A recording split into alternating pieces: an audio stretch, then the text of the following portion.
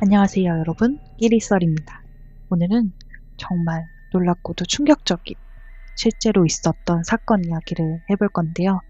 단순한 영화 속 이야기가 아니라 프랑스에서 실제로 벌어진 현실의 암호화폐 납치극에 대해서 말해보려고 합니다.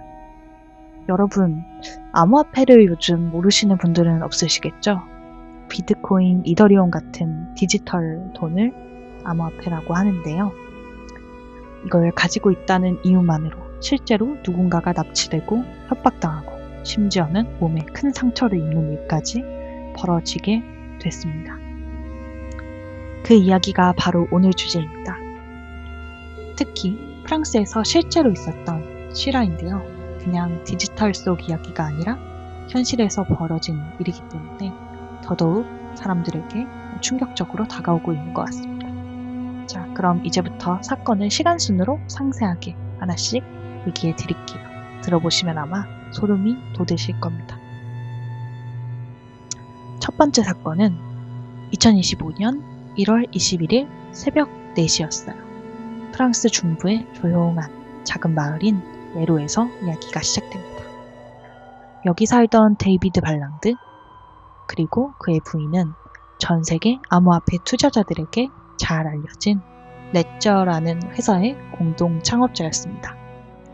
레저는 암호화폐를 안전하게 보관하는 하드웨어 지갑을 만드는 회사로 이름만 들어도 많은 사람이 알 정도로 유명한 회사였죠. 덕분에 두 사람은 엄청난 부와 명성을 가지고 있었어요. 그날 밤 부인은 집 앞 정원에 물을 주면서 평화롭게 하루를 마감하고 있었고 데이비드는 서재에서 내일 시장 상황을 점검하며 커피를 내리고 있었다고 해요. 그리고 시간은 흘러 어느새 새벽 4시쯤 되었을까? 그 순간 고요했던 집안에서 갑자기 유리창이 쨍 하고 깨지는 큰 소리가 집안 가득 울려 퍼지게 됩니다. 그 순간 6명의 건장한 괴한들이 방탄조끼를 입고 심지어 야간 투시경까지 착용한 채로 집 안으로 들이닥쳤어요. 야간 투시경까지 착용했다는 건 정말 본격적으로 범죄를 저지르러 온 느낌이 확 들죠. 부인은 필사적으로 저항했지만 금세 억압당하고 말았고 괴한들은 그녀를 차량 트렁크에 강제로 밀어넣었습니다. 한편 데이비드는 거칠게 끌려가 낯선 시골집 지하실에 갇히게 됩니다. 정말 끔찍했습니다. 괴한들은 데이비드의 손가락 하나를 잔인하게 절단해버렸거든요. 그리고 그 장면을 영상으로 촬영해서 부인과 가족에게 보내며 협박 메시지를 덧붙였습니다. 너희가 가진 지갑에 비밀번호와 지문 정보를 내놓지 않으면 더 큰 피해가 있을 것이다 라고 말이죠. 이 영상이 가족에게 전송된 순간 이 사건은 단순한 강도 사건이 아닌 암호화폐를 둘러싼 신체적 위협과 현실적 공포가 결합된 납치 사건임을 보여주었죠.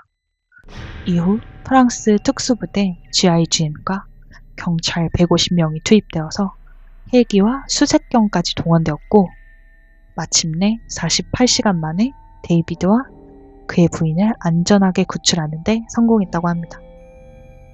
하지만 데이비드는 손가락 하나를 잃었고 정신적으로도 큰 충격을 받았다고 하네요. 그는 SNS에 사건이 끝난 후 짤막하게 한 메시지를 남겼는데요. Fingers 9 out of 10. 한국말로 하면 10개 중 하나의 손가락을 잃었다 라는 내용을 남겼습니다. 이 글은 전 세계 암호화폐 커뮤니티에 큰 충격과 경각심을 주었다고 하는데요. 여기서 암호화폐 납치극이 끝났으면 정말 좋았겠지만 불행하게도 사건이 여기서 그치지 않고 몇 차례나 더 이루어졌습니다. 두 번째 사건은 2025년 5월 1일 파리 14구의 한적한 공원에서 벌어진 일입니다. 파리 14구 하면 모르시는 분들도 있으실 거고 아시는 분들도 있을 것 같은데요. 주택가와 상업지역이 어우러진 곳이기 때문에 아침마다 주민들이 산책하거나 반려견을 데리고 나오는 평화로운 동네입니다. 그날 아침도 마찬가지였는데요. 69세의 한 노인이 반려견을 데리고 평화롭게 동네를 산책하고 있었습니다. 노인은 프랑스에서 유명한 암호화폐 거래소 CEO의 아버지였는데요.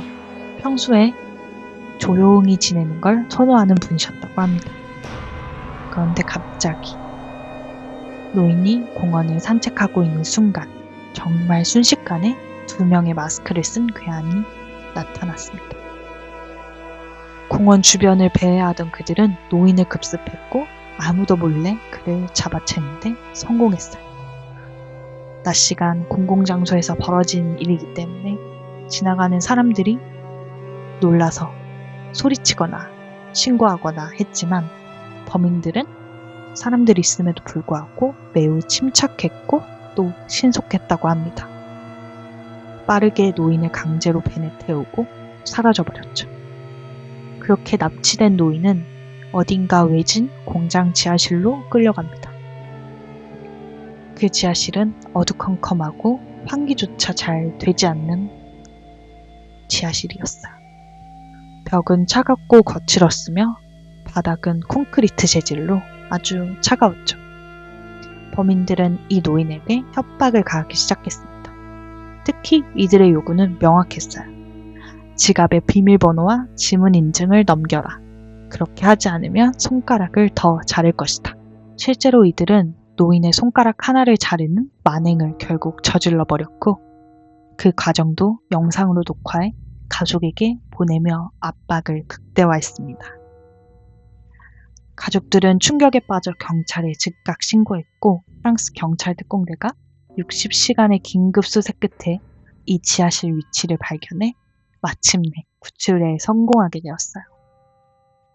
하지만 피해자였던 노인은 이 사건이 있은 후 심각한 외상 후 스트레스 장애, 즉 PTSD에 시달리기 시작했고 손가락 부상뿐 아닌 정신적 후유증으로 오랜 치료가 필요하게 됐죠. 이 사건은 단순한 납치 사건이 아니라 범죄 조직이 암호화폐의 디지털 특성을 이용해 신체를 협박 도구 삼았다는 점에서 암호화폐 투자자들에게 경각심을 크게 불러일으켰습니다. 그리고 마지막으로 일어나게 된 사건은 2025년 5월 13일 파리 11구의 매우 번화한 지역에서 벌어졌습니다.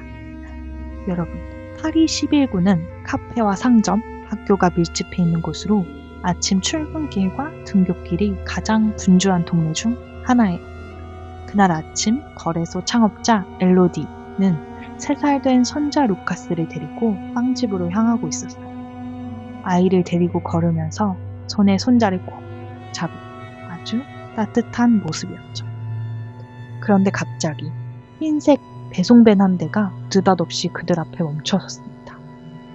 그리고 문이 열리자 마스크와 검은 복면으로 얼굴을 가린 괴한 3명이 빠르게 뛰쳐나왔습니다. 엘로디는 반사적으로 손자를 보호하려고 유모차를 껴안으며 필사적으로 저항했어요. 이 아이에게 손대지 마! 라는 절박한 외침이 거리 전체에 울려 퍼졌습니다. 다행히도 이때 근처 자전거 가게 주인 나실이 소화기를 들고 뛰어나와 괴한들의 얼굴에 소화기 분말을 뿌리며 외쳐냈죠. 멈춰! 아이에게 손대지 마!